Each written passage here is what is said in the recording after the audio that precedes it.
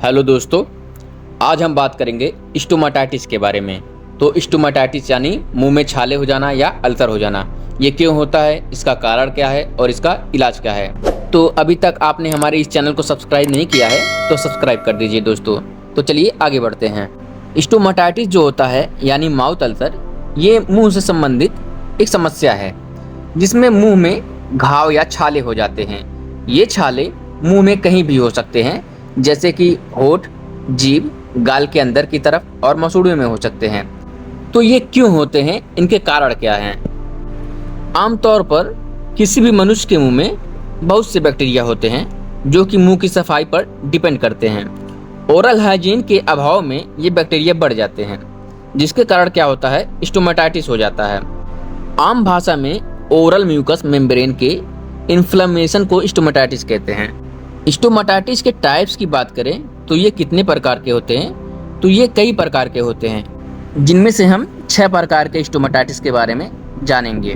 पहला जो है कैथरल स्टोमाटाइटिस, इसे म्यूकोजा स्टोमाटाइटिस भी कहते हैं। ये जो होता है अधिक अल्कोहल और तंबाकू के इस्तेमाल से ये डिजीज होता है। इसमें ओरल म्यूकस मेम्ब्रेन रेड हो जाती है।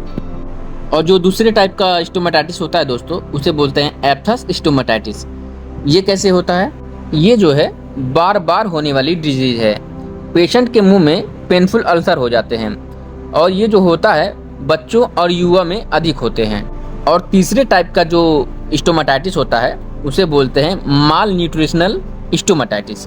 तो इस प्रकार का जो स्टोमाटाइटिस होता है वो होता है विटामिन बी की कमी के कारण, और स्पेशली विटामिन बी कॉम्प्लेक्स की कमी के कारण और विटामिन सी की कमी से भी ये रोग हो जाता है। और एक और टाइप का होता है दोस्तों स्टोमाटाइटिस, उसे बोलते हैं एलर्जिक स्टोमाटाइटिस।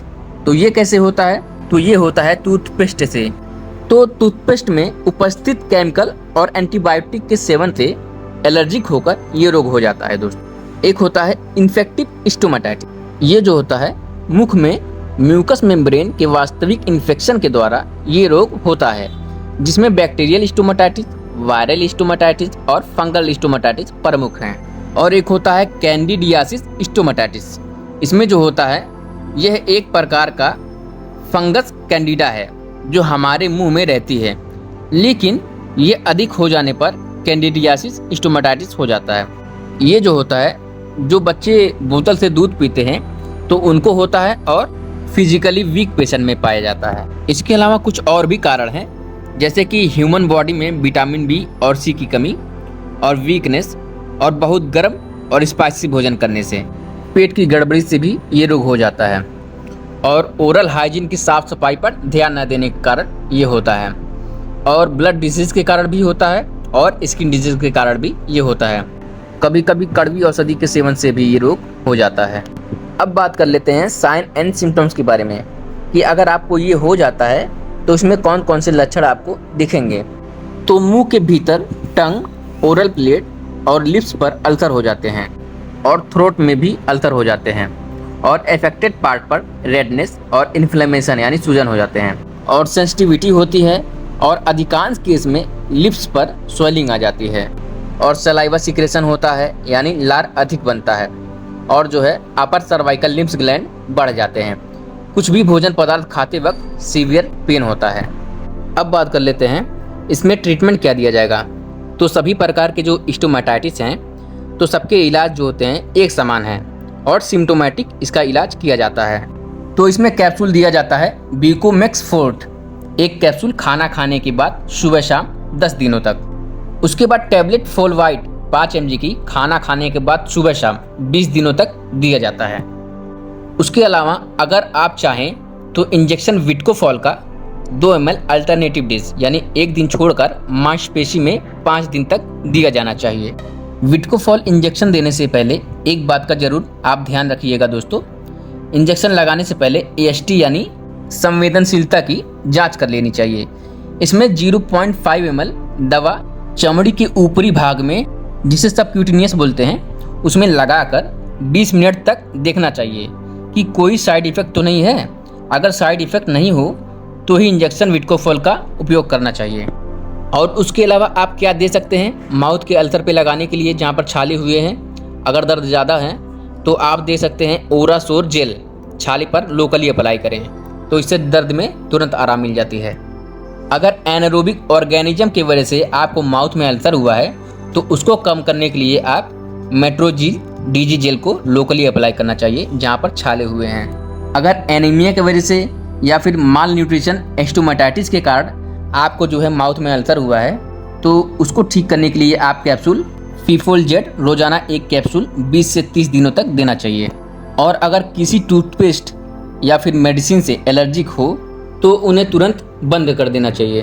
अगर ऑप्थस स्टोमेटाइटिस हो तो जिसमें क्या होता है बार बार मुंह में छाले हो जाते हैं तो उसमें आप टैबलेट फ्लैजिल 200 mg का सुबह दोपहर शाम 10 दिनों तक दिया जाना चाहिए।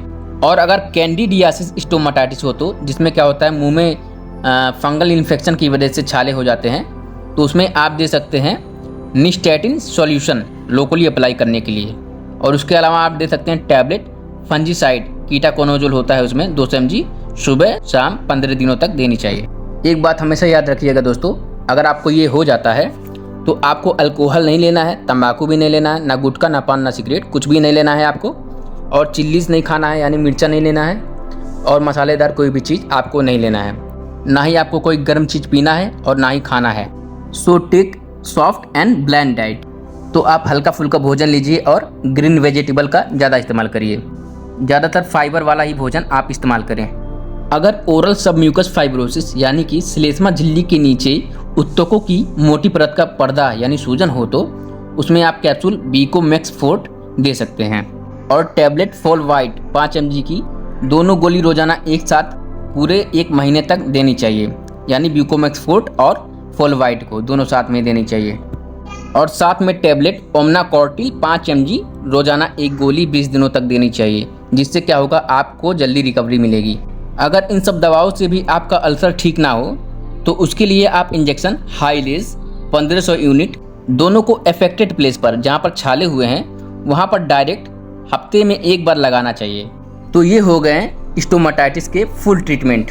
तो जो भी दवा हमने स्टोमेटाइटिस के बारे में आपको बताया है तो कोई भी दवा आपको खुद से नहीं लेना है, क्योंकि हर पेशेंट की बीमारी का कंडीशन अलग अलग हो सकते हैं।